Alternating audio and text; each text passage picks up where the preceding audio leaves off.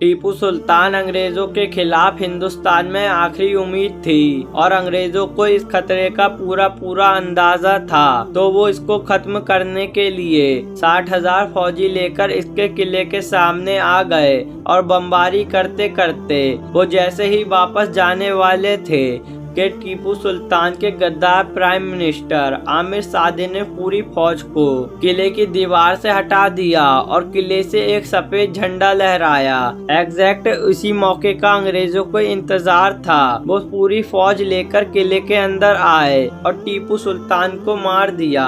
टीपू सुल्तान की लाश देखकर अंग्रेज जनरल हैरिस ने अपने चीफ से कहा, now India is ours. Tipu Sultan के वालिद अनपढ़ थे, लेकिन वो अपने बेटे को और तालीम देना चाहते थे, तो इन्होंने टीपू सुल्तान के लिए फ्रांस से फॉर्चूनर मंगवाई और मॉडर्न तालीम के साथ साथ दीनी तालीम भी दी। टीपू सुल्तान एक हैंडसम, बहुत ही हाईली एजुकेटेड और वेल ट्रेंड, बहुत ही जल्द हैदर इसे सिर्फ 15 साल की उम्र में अपने साथ जंगों में एक एडवाइजर लेकर जाना शुरू हुआ और बहुत जल्द हैदर हिंदुस्तान के सबसे ताकतवर रूल्स में से एक बन गया। टीपू सुल्तान एक बहुत ही नेक मुसलमान था और अपने एडमिशन में हिंदुओं को पूरी नुमाइंदे थी, लेकिन बाद में जब अंग्रेज जंग जीत गए, इन्होंने टीपू सुल्तान को एक जालिम को इमरान के तौर पर पेश किया और कहा कि कैसे हमने मैसूर को एक जालिमों को ब्रांड से बचाया। Tipu Sultan modern rocket system के सबसे बड़े इन्वेंटर थे और जब ये नवाब बने तो इन्होंने पर कैपिटा इनकम मतलब एक आदमी की कमाई को 5 गुना बढ़ा दिया। इन्होंने मैसूर की सिल्क इंडस्ट्री को लॉन्च भी किया और मैसूर में टेक्सटाइल इंडस्ट्री को भूरा दिया। इन शॉर्ट, इनकी लीडरशिप में मैसूर एक बहुत ही बड़ी इकोनॉमी और मिलिट्री ताकत बन गया। टीपू सुल्तान को बहुत जल्द समझ आ गया था कि अंग्रेज हिंदुस्तान के लिए बहुत बड़ा थ्रेट है। इसी वजह से इनकी जिंदगी का सबसे बड़ा मिशन हिंदुस्तान को अंग्रेजों की गुलामी से छुड़ाना था।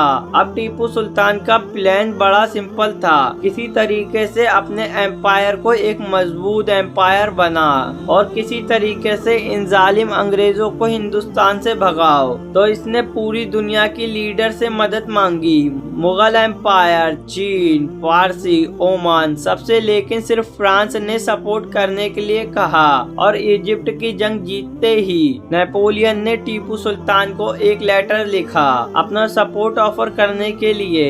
नेपोलियन फ्रांस का एक बहुत ही ताकतवर बादशाह था, लेकिन इसकी स्टोरी फिर भी कभी वो लेटर टीपू सुल्तान को नहीं पहुंचा।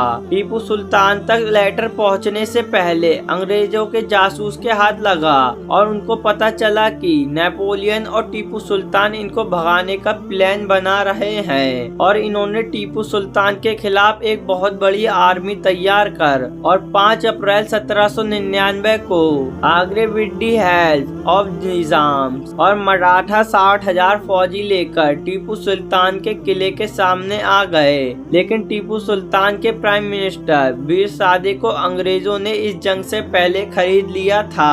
अंग्रेजों ने अपने तोपों से किले की दीवारों को तबाह करना शुरू कर दिया। बहुत दिन गुजरते ही अंग्रेजों की फौजों के पास खाना खत्म हो गया और वो भूख से वापस जाने लगे थे कि एक दिन मेरी शादी की रहनुमाई में अंग्रेजों ने टीपू सुल्तान के वफादार जनरल को मार दिया और ये मौका देखते गद्दार प्राइम मिनिस्टर मीर सादिक ने टीपू सुल्तान की पूरी फौजों को इस रास्ते से हटा दिया। एग्जैक्ट उसी मौके का अंग्रेजों को शिद्दत से इंतजार था। वो पूरी फौजें लेकर किले में घुस गए। टीपू सुल्तान के फ्रेंच एडवाइजर ने आकर कहा, सर प्लीज आप यहाँ से जाएं और दूसरे किले में चले जाएं। लेकिन टीपू सुल्तान ने उसे देखा और कहा, जनरल, शेर की एक दिन की जिंदगी गीदड़ की 100 साल की जिंदगी से बेहतर है और अपनी तलवार निकाल के अपनी फौज को ज्वाइन किया। लेकिन वीर सादे ने टीपू सुल्तान को एक कमरे में बंद कर दिया, लॉक कर दिया, अंग्रेजों के हवाले कर दिया।